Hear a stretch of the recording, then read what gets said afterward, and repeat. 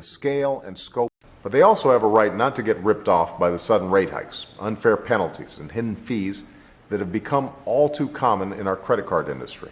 Terrific candidates. I am certain that she's the right choice. And now it's time for Washington to make the right ones. We're moving in the right direction. We're small business owners trying to make a living and do right by the people they employ. Yesterday on our economy is an important sign that we're headed in the right direction. That's the healthcare system we have right now. Care, higher costs, denied coverage, or bureaucrats getting between you and your doctor, then you should know that that's what's happening right now. In the past, right now. And responsible lenders, including community banks, trying to do the right thing, shouldn't have to worry about ruinous competition from unregulated and unscrupulous competitors. We reaffirm the basic compact of the global non-proliferation regime. All nations have the right to peaceful nuclear energy.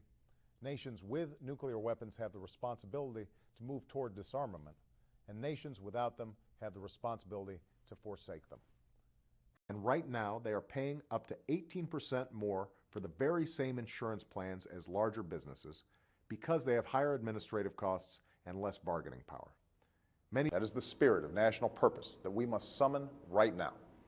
Today, I'm pleased to offer some better news that, while not a cause for celebration, is certainly reason to believe that we are moving in the right direction. But even though it will take time, I can promise you this.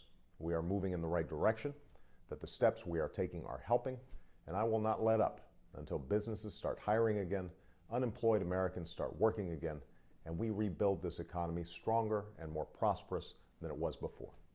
Right to access information about what your extraordinary recession that still has so many Americans hurting, parents without a job who struggled to put presents under the Christmas tree, families and neighbors who've seen their homes foreclosed, and folks wondering what the new year will bring.